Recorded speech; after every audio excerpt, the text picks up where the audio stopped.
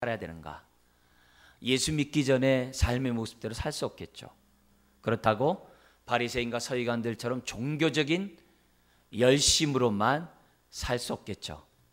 우리 예수님은 산상설교를 통해서 그리고 많은 가르침을 통해서 오늘 본문의 말씀을 통해서 어떻게 사는 것이 새 나라, 새 백성, 하나님 나라의 백성의 삶인지를 우리들에게 구체적으로 말씀해 주셨습니다. 예수님의 가르침이 그 당시 서기관들의 가르침과 달라서 많은 사람들이 놀랐습니다. 그래서 권세 있는 교훈이다, 서기관들의 가르침과 다르다, 각양의 그런 말들을 하면서 사람들의 관심을 받게 되었습니다. 어느 정도 관심을 가졌냐면 우리 앞에 있는 6장 17절 이하의 말씀을 보면 이스라엘 안에서뿐만 아니라 외국에서조차, 드로아 시돈에 있는 그 이방 나라에서조차 예수님에 관한 소문을 듣고 몰려들었어요. 이때 예수님의 사역이 한 1년 6개월 정도, 곡적인 사역을 시작한 지 1년 6개월이 지난 때였는데 이미 예수님에 대한 소문들은 이방 나라에까지, 아주 먼 지역까지 퍼져 있었던 것을 보게 됩니다. 예수님의 모든 말씀은 우리의 구원과 우리들의 복된 인생과 연결되어 있죠. 그래서 특별히 하나님께서는 오늘 지금 20절서부터 49절까지 30절입니다. 30절에 해당되는 예수님이 도대체 어떤 교훈의 말씀을 전하셨는가? 누가는 오늘 6장 20절 이하에 예수님이 전한 그 말씀을 기록해서 오늘 우리들에게 전달해 주셨어요. 우리가 이런 하나님의 말씀을 들을 때 아멘할 수 있고 또 우리가 읽을 때 깨달을 수 있다고 한다면 이건 큰 축복이에요. 왜냐? 거듭나지 않으면 하나님의 말씀 이해할 수 없어요. 거듭나지 않으면 하나님의 말씀을 들어도 깨달을 수가 없어요. 왜냐하면 눈에 보이는 이 겉사람의 초점이 있는 것이 아니라 영혼에 초점이 있거든요. 겉사람은 날로 정말 늙어가고 후패해가지만 우리의 속사람은 날로 새롭도다. 우리의 속사람에 관한 하나님의 말씀이에요.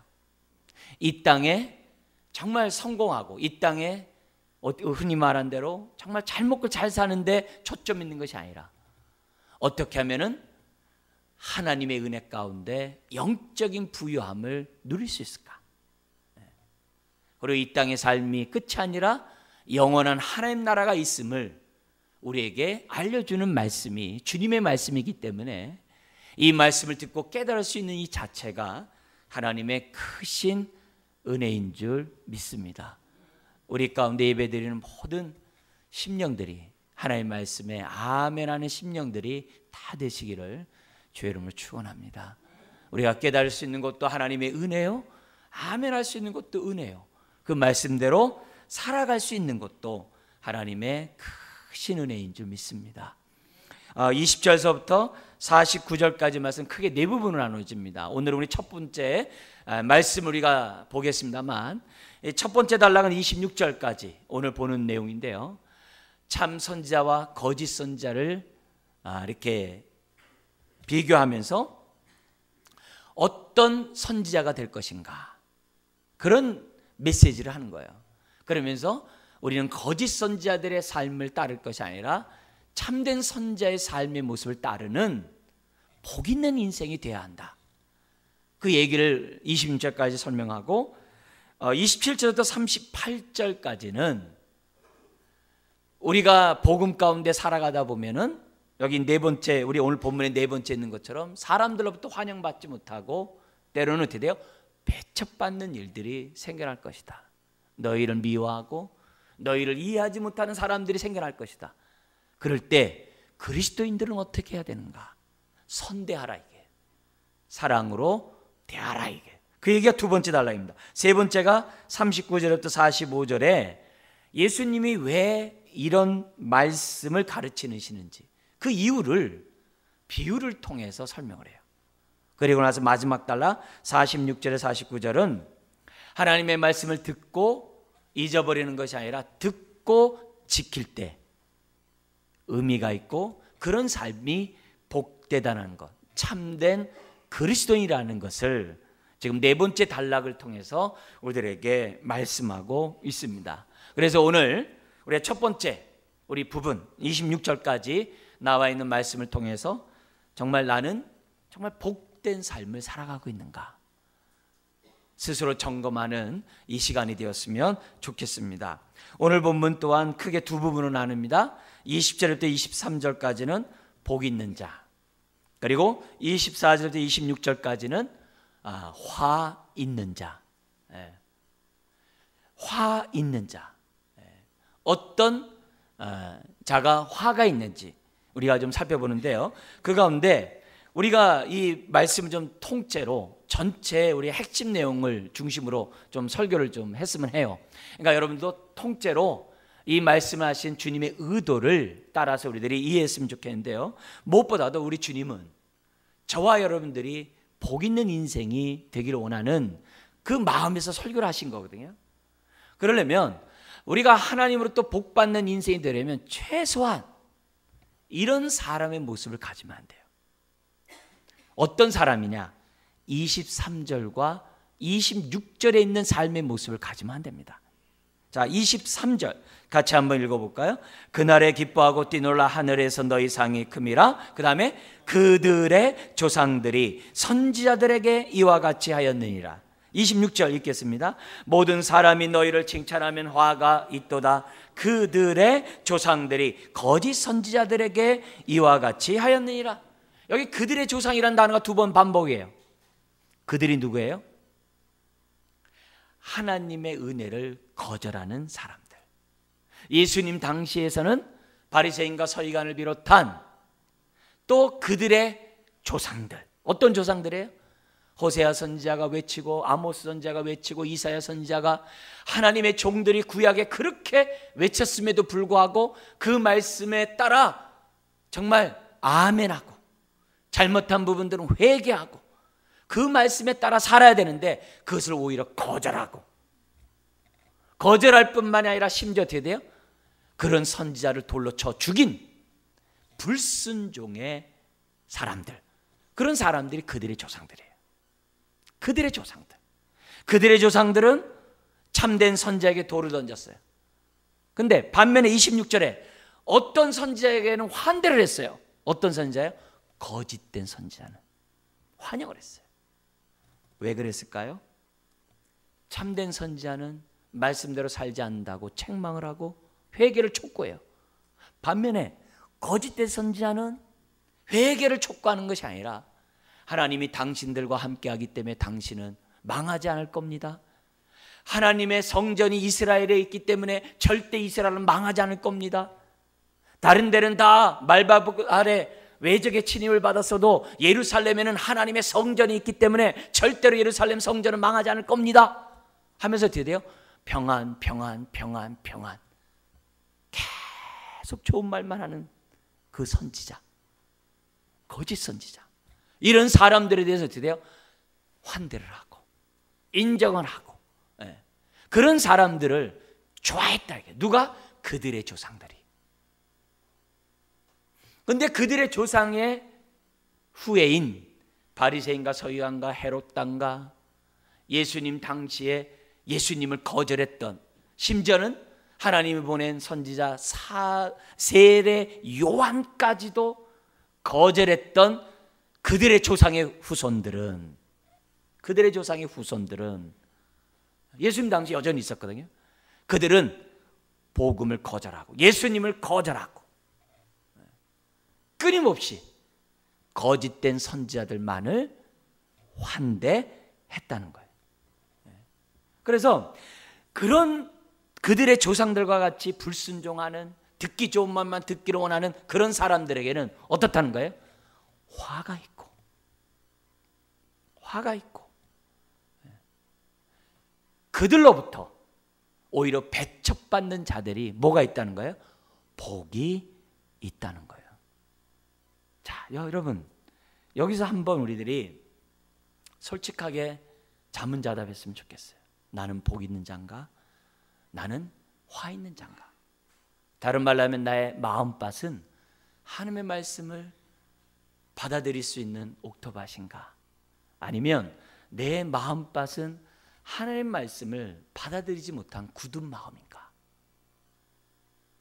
한번 오늘 말씀에 따라 비유했으면 좋겠어요. 예를 들면 남들로부터 자꾸 좋은 말만 듣고 싶어요. 축복된 말만 듣고 싶어요. 상대방이 나에게 뭐라고 책망하고 비판하고 뭐라고 말하는 거 그런 거 듣기 싫고 그냥 나에 대해서 좋은 말만, 좋은 말만, 내가 어떻게 살든지 아주 편안한 말들만 듣기를 원한다면, 또 다른 측면에서 내가 남들에게 말할 때 싫은 소리 안 해. 좋은 말만 해. 남들 앞에서 굳이 뭐 이렇게 인상 찌푸릴 일도 없고, 남들이 제대로 살지 못하는데 그냥 내버려 둬. 그냥 좋은 말만 해. 그래서 남으로부터 오히려 뭐예요? 환영을 받고 칭찬을 듣고 인정을 받는, 그래서 좋은 말만 내가 하고 있어. 이 둘 가운데 하나라도 내 마음에 있다면 내 마음은 옥토밭이 아니에요. 복 있는 마음밭이 아니에요. 하나님의 진노를 피할 수 없는 화 있는, 화를 받을 수밖에 없는 마음밭이라는 것을 예수님이 지금 설교하고 계신 거예요. 설교하고 있는 거예요. 그래서 우리가 주님의 정말 이런 메시지를 통해서 저와 여러분들이 어떤 마음밭을 갖고 있는지, 특별히 여러분 26절 보십시오. 모든 사람이 너희를 칭찬하며 화가 있다 그랬어요. 여러분 어떻게 우리가 모든 사람에게 칭찬을 듣습니까? 예수님이 오병이어 떡 5개 물고기 2마리로 5,000명을 먹이시고 12광주리를 남기는 축복을, 놀라운 이적을 행하셨어요. 그러자 이스라엘 사람들이 저분을 왕으로 삼으면 평생 굶어 죽지 않겠구나, 저분을 따라다니면 평생 굶어 죽지 않겠구나 생각해가지고 그 많은 사람들이, 여러분 그 5,000명이 장정 5,000명이에요. 노약자와 여성까지 치면 2만 명이 된다고요. 그 많은 사람이 예수님을 왕으로 옹립하려고 하는 거예요. 그래서 예수님이 어떻게 돼요? 그걸 거절해요. 거기에 현혹될까 봐 제자들을 먼저 보내요. 예수님을 왕으로 삼고자 했는데 주님이 거절하니까 사람들이 어떻게 돼요? 다 떠나버립니다. 떠나는 그런 사람들을 보면서 예수님이 제자들에게 얘기해요. 너희들도 가려고 하느냐? 그러니까 베드로가 딱 나타나서 영생의 말씀이 우리와 함께 계시며 우리가 네게로 가오리까, 안 떠나겠다는 거죠. 안 떠나겠죠. 그러니까 그만큼 예수님도 모든 사람에게 칭찬 듣지 않았거든요. 심지어는 배척받고 모욕과 멸시와 침뱉음, 매맞음을 당하신 분이 주님이에요. 그런데 저와 여러분들이 모든 사람에게 인정받고 좋은 말만 듣고자 하는 삶을 만약에 살아간다면 그 사람에게 화가 있을지어다. 그러니까 이런 메시지를 보면서 우리들이 할 수 있는 말들은 하고, 사람들을 어떻게 사람과 관계를 맺어야하는지를 주님이 알려주는 거예요. 자, 그렇다고 칭찬이 나쁜 겁니까? 좋은 거죠. 목사인 제가 여러분에게 칭찬받지 않으면 여러분이 제 말씀 듣겠어요? 제가 여러분들에게 칭찬을 듣는 사람이 돼야 여러분도 제가 전할 때 하나님 말씀인가 받겠죠. 제가 칭찬받지 못하는 삶을 살면 여러분 말문 열겠어요? 안 열죠. 칭찬은 좋은 거예요. 또 받아야 돼요. 그렇지만 성도가 올바른 길을 가고 있지 않은데도 가만히 내비두고, 잘못 살고 있는데도 그냥 내비두고, 그냥 좋은 말만 하면은 목사가 뭐가 된다는 거예요? 화가 있을지어다. 왜요? 그 성도는 망하게 되도록 내버려뒀으니까. 그렇다는 거죠.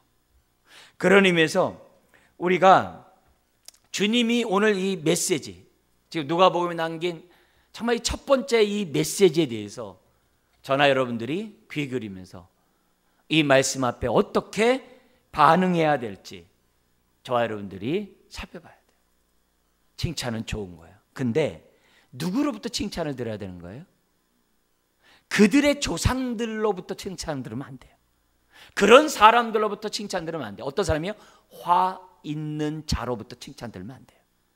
칭찬을 듣더라도 어떤 사람에게 칭찬을 들어야 돼요? 복이 있도다 라고 하는 사람들에게 칭찬을 듣는다면 아멘이죠. 복이 있도다. 복이 있도다. 벌써 하나님으로부터 복이 있도다라고 정말 인정받는 그 심령에게 칭찬을 듣는다고 하면 아멘이죠. 그러나 거짓 선지자를 칭찬하는 화 있는 자로부터 칭찬을 듣는다고 한다면 이거는 문제죠. 그래서 칭찬은 누구로부터 들어야 되는 거예요? 하나님으로부터 들어야 되는 거예요. 세상 사람들이 날 몰라줘도 하나님으로부터 칭찬을 들어야 돼. 그러려면 예수님이 오늘 우리들에게 말씀하신 이 말씀에 귀를 기울여야 돼요. 그리고 여러 말씀 중에 한 말씀이다 이렇게 생각하면 안 돼요. 이 말씀에 다른 말씀이 없다라고 이 말씀 받으셔야 돼요. 여러 말씀 중에 한 말씀인데 뭐 내가 이거 말고 다른 말씀 붙잡으면 되지. 그러면 안 돼요. 저나 여러분들은 이 말씀에 없다라고 생각하고 이 말씀을 받아야만 해요.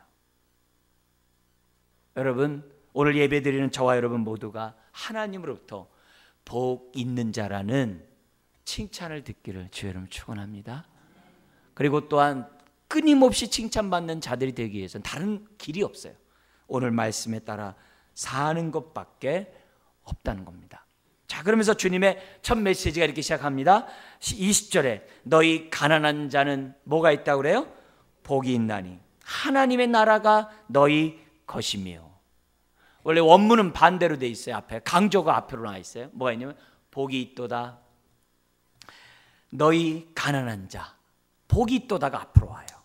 마태복음 5장의 산상수훈에서도 심령이 가난한 자는 복이 있나니 천국이 저희 것이며도 똑같아요. 복이 있도다 심령이 가난한 자 이렇게 돼 있어요. 그러니까 강조점이 복이 있도다. 복이 있도다. 여러분 우리가 예수 믿기 전에도 복 받기를 원했죠. 지금은 영육간의 복을 받으니까 더 받기를 원하겠죠. 그죠?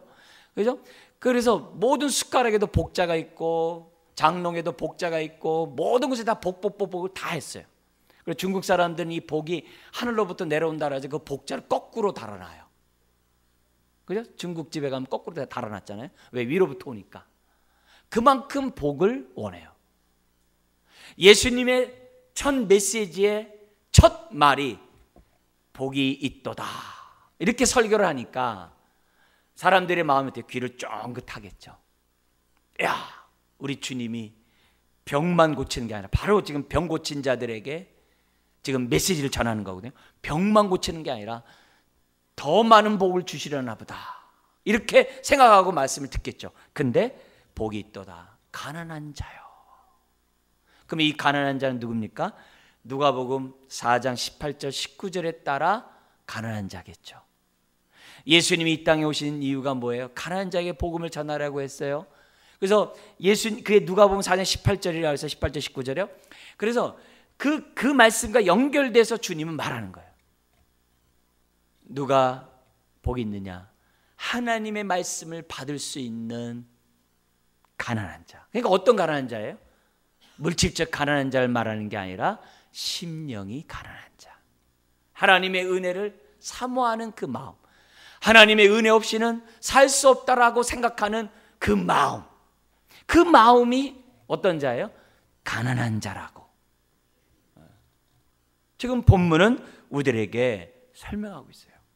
그래서 오늘 우리들이 이 메시지를 보면서 네 가지로 이제 정리해서 얘기할 수 있는데요. 그 말씀 하나하나를 여러분들 생각하면서 이 말씀의 흐름을 따라가고 하나님 그때마다 주님 내가 복 있는 자가 되기 원합니다. 또 복된 삶을 살아가는 자는 어떻게 돼요? 계속 그렇게 살아갈 수 있도록 은혜를 더해 주옵소서. 그런 사모함으로 오늘 말씀을 드려야 된다고 봐요. 네 가지 오늘 본문의 내용은 뭐냐면 세상의 물질적인 부요를 버리고 하늘의 부요함으로 가득한 가난한 자가 되라는 거예요. 심령이 가난한 자가 되라는 거예요. 두 번째는 세상 것들로 인하여 배부른 자가 되지 말고 하나님의 은혜를 목말라 하는 줄인 자가 되라는 거예요. 굶주린 자가 되라는 거예요. 그리고 세 번째는 이 세상에 있는 것들 때문에 막 껄껄대고 웃는 그런 자들이 아니라 오히려 뭐예요? 이 세상에 하나님의 은혜를 거부하고 하나님의 복을 거절하는 세상을 바라보면서 탄식할 수 있는 그런 자가 되라는 거예요. 그리고 네 번째는 모든 사람이 칭찬받는 자가 되는 게 아니라 비록 남들을 위해 그렇게 울고 정말 하나님을 위해 그렇게 살고 하나님의 뜻대로 살았는데 그의 결과가 배척이라고 하더라도 그런 삶을 달게 받는 인생이 되라는 거예요. 그럴 때 그 인생이 잘 사는 거고 그 인생이 은혜 받은 사람이고 그 인생이 행복한 사람이라는 것을 우리들에게 지금 말씀하고 있어요. 그래서 첫 번째 나와 있는 네 가지 중에 첫 번째 나와 있는 이 말씀, 하나님 세상 것으로 부유하여 화가 된 자가 되지 않도록 도와주시고 비록 세상 것이 어떠하든지 간에 심령이 가난한 자가 되게 하여 주옵소서. 이 세상에는 크게 네 종류 사람이 있어요. 하나는 영적으로 부자가 있고요, 또한 물질적으로 부자가 있어요. 두 종류인데 그걸 갖다가 네 개로 나눌 수 있어요. 하나는 뭐냐면 영적으로나 육적으로 부자인 사람이 있어요. 우리가 다 로망하는 거죠. 그죠? 물질적으로나 영적으로 다 부자가 되는 거. 그 정말 바라는 거죠. 두 번째 사람이 있어요. 영적으로는 부자인데 육적으로는 가난한 분들이 있어요. 두 번째 사람이에요. 대부분 그리스도인들이 여기 많이 돌아가죠. 주님의 제자를 비롯한 많은 사람들이 여기 많이 들어가죠. 그러나 아브라함과 이삭과 야곱과 이런 사람들 다 뭐예요? 첫 번째 사람들이죠. 세 번째 사람이 있어요. 영적으로는 가난한데 이 땅에서 떵떵거리며 살아가는 사람들이 있어요. 세 번째 사람이죠. 그죠? 그리고 네 번째 사람이 있어요. 영적으로도 가난한데 안타깝게도 육적으로도 가난해요. 육적으로 가난해요. 이거면 정말 절망이죠. 예. 그러면 제일 많이 쓰는 말이 있어요. 세상 확 엎어졌으면 좋겠다. 이런 말들을 많이 쓰는 그룹이겠죠. 근데 과거에 우리는 세 번째, 네 번째 사람이었어요. 그러다가 웬 은혜인가, 웬 축복인가 하나님을 알게 됐어요. 예수님을 알게 됐어요. 예수님을 통해 하나님을 알게 됐단 말이죠. 예수님의 십자가 부활이 나를 위한 나의 죄와 나를 의롭게 하신 하나님의 은혜라는 것을 깨닫게 됐어요. 그래서 내가 거듭이 났어요. 그러면 어떻게 돼요? 영적으로도 육적으로 부자일 뿐만 아니라 영적으로 부자가 되겠죠. 근데 처음부터 부자가 되지는 않겠죠. 그러나 반면에 기본적으로 뭐예요? 영적으로는 어떻게 돼요? 육적으로는 아무리 가난해도 최소한 어떻게 돼요? 영적으로 부유한 자는 되겠죠. 그래서 예수님을 마음에 오셨으니까 부자가 되겠죠. 그래서 우리는 하나님을 믿는 사람이 가난할 수는 있어요.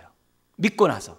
그런데 MIT 통계에 그 사람 통계 내는 걸 좋아하잖아요. 미국이요. 통계를 내봤더니 기독교 신앙을 갖고 있는 사람들이 점진적으로 잘 살고 있다라고 하는 통계를 낸 게 있어요.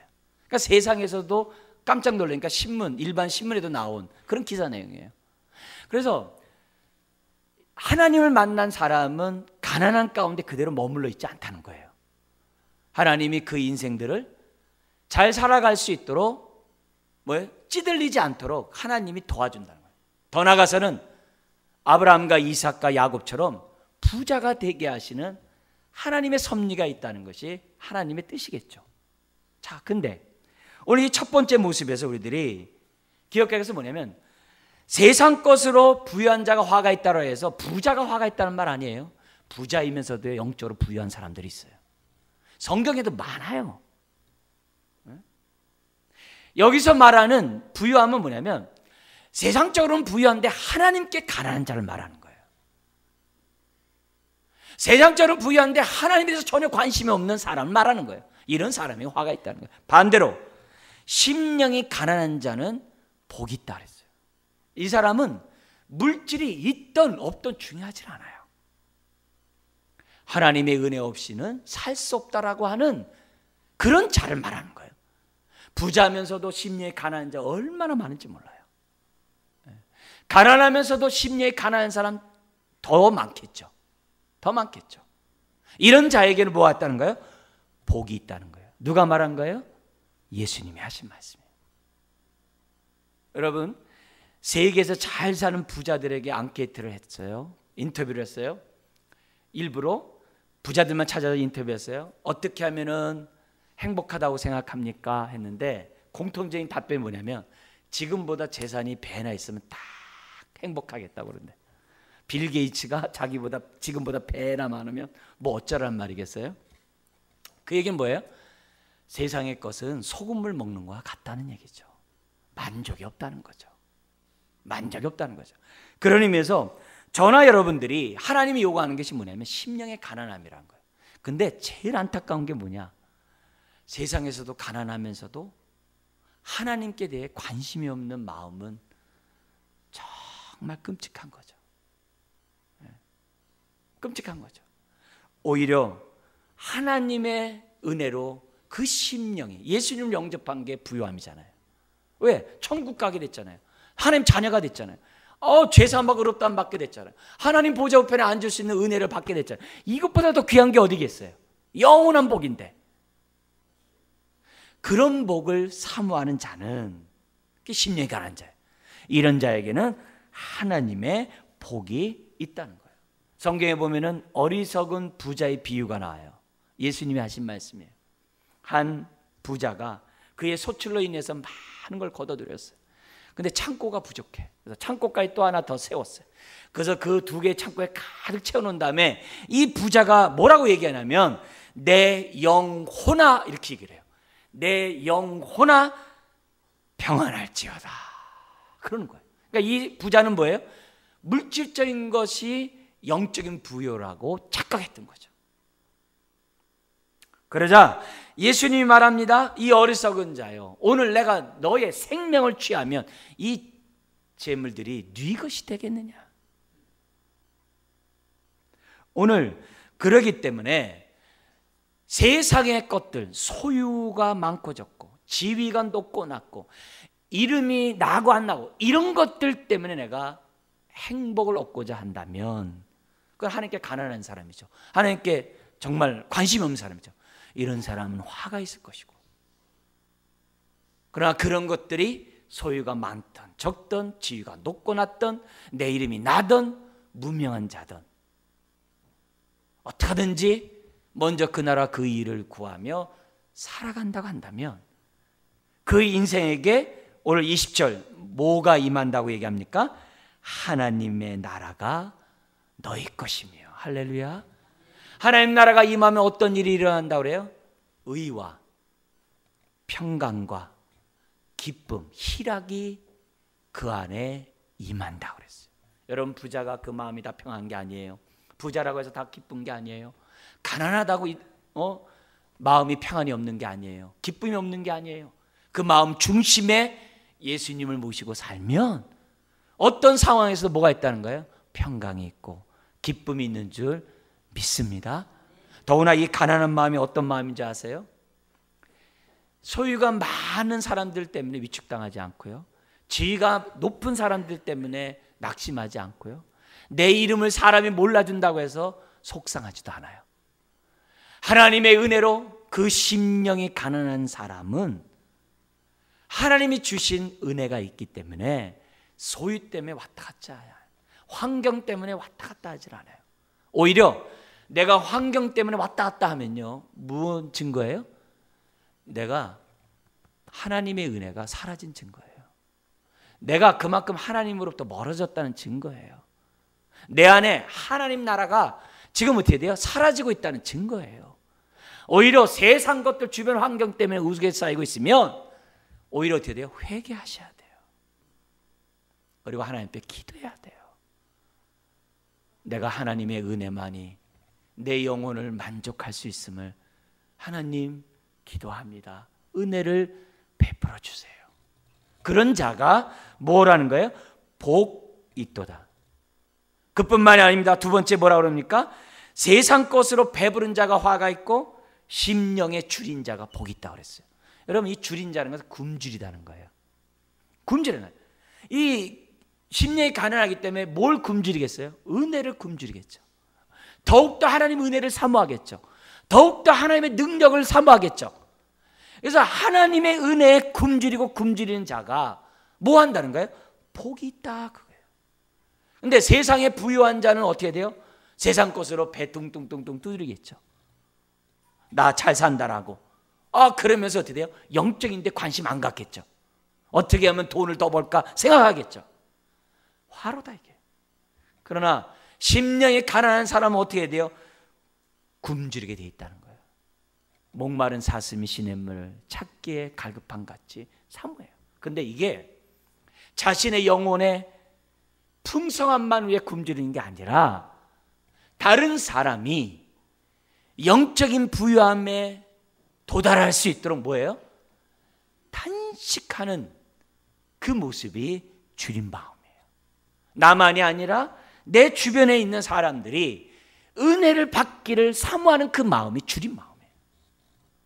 여러분, 다른 것을 위해 기도하지 말고 나뿐만 아니라 다른 사람들이 영적인 부유함, 하나님과 올바른 관계를 맺는데 부르짖는 저와 여러분들이 되어야 될 줄 믿습니다. 그것이 바로 복 있는 인생이에요. 세 번째가 뭐라 그래요? 세상 것들로 인해서 웃는 자가 화가 있고 심령에 애통하는 자가 복이 있다는 거예요. 여러분, 얼마나 굶주리고 얼마나 갈망했으면 웁니까? 왜 울어요?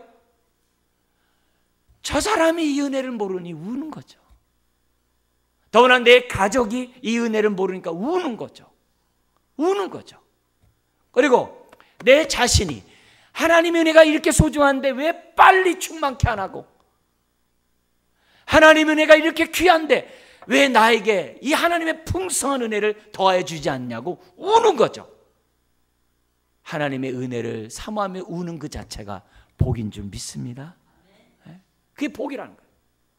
근데 이것이 없는 사람은 세상 것으로 인해서 웃으려고 하는데, 세상 것으로 웃을 것도 없으면 뭐라 그래요?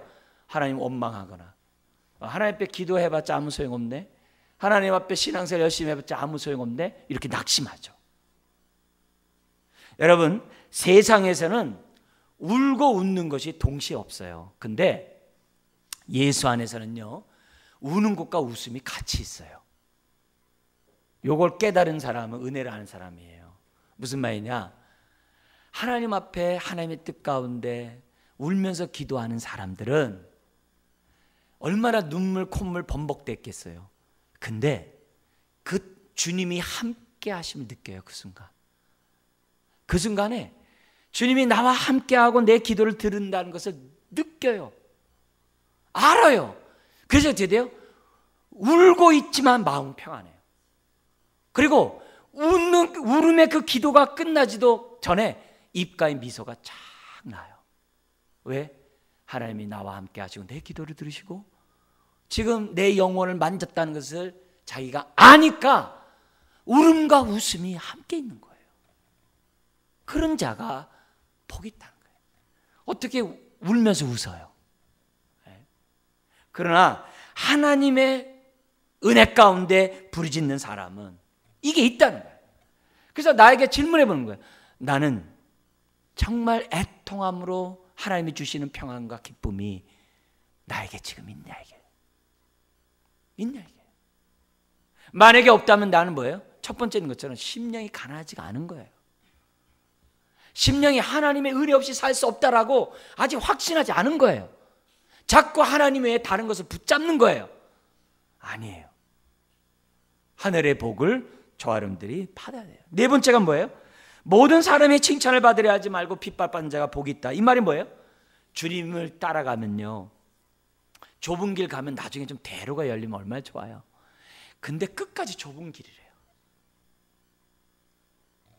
내가 정말 하나님의 은혜 가운데 살고 하나님의 믿음 가운데 순종해 살았는데 내 삶이 모든 사람의 인정을 받고 모든 사람의 칭찬을 받고 얼마나 좋아요. 근데 그렇지 않다는 거예요. 때로는 뭐예요?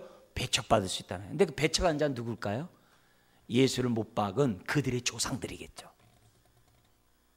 화 있을진저라는 사람들에게 배척받겠다는 거죠. 배척받는다는 거죠. 근데 그런 배척을 두려워하지 말라 이게요. 오히려 기뻐하라 이게요. 그래서 예수님의 제자들이 복음 전하다가 옥에 가두고 매 맞았어요. 그리고 나서 석방돼서 제자들 앞에 딱 왔는데 사도행전에 보면은 오히려 내가 예수님 때문에 핏발받은 것을 인하여 제자들이 즐거워하였더라 그래요. 왜? 자기도 예수님의 그 라인에 섰으니까 즐거워했다 이게. 그러나 모든 자에게 배척받는 게 아니죠. 누구에게요? 복이 있도다라는 사람들에게는 위로가 있고 격려가 있고 축복이 있겠죠. 우리의 삶이 화이신저라는 사람들로부터 많은 핍박을 받는다 할지라도 두려워하지 말라 이게요. 왜? 예수님도 그랬고 우리의 참된 선지자들도 그랬고. 근데 감사하게도 그런 심령에는 말할 수 없는 내면의 하나님의 기쁨이 샘솟는다라고 하나님이 우리들에게 말씀해요. 무엇보다도 23절 같이 한번 읽어볼까요? 그날에 기뻐하고 뛰놀라 하늘에서 너의 상이 큼이라 그들의 조상들이 선지자들에게 이와 같이 하였느니라. 그러니까 결국 우리가 하늘 보좌에 갔을 때 기뻐 뛰놀 수 있는 그것도 감당할 수 없는 하나님의 큰 상이 우리 앞에 있다라는 거죠. 오늘 이 말씀 속에 우리 다시 한번 질문하기 원합니다. 나는 복 있는 자인가? 아니면 나는 화 있는 자인가? 우리 한번 자문자답하면서 하나님, 내가 겉사람은 후패한다 할지라도 속사람이 새롭게 원합니다. 하나님, 내가 눈에 보이는 그런 물질적인 것 때문에 환경 때문에 우겨싸여서 슬퍼하거나 낙심하거나 정말 원망하는 일이 없도록 하나님 도와주십시오. 오히려 그런 것이 있다 할지라도 심령이 가난한 자, 즉 하나님께 부유한 자, 하나님의 은혜로 충만한 자 되게 하여 주옵소서. 여러분, 이것 외에는 다른 길이 없음을 생각하고 이 말씀이 여러분의 삶에 응답되시기를 주의 이름으로 축원합니다. 기도하겠습니다. 하나님 아버지,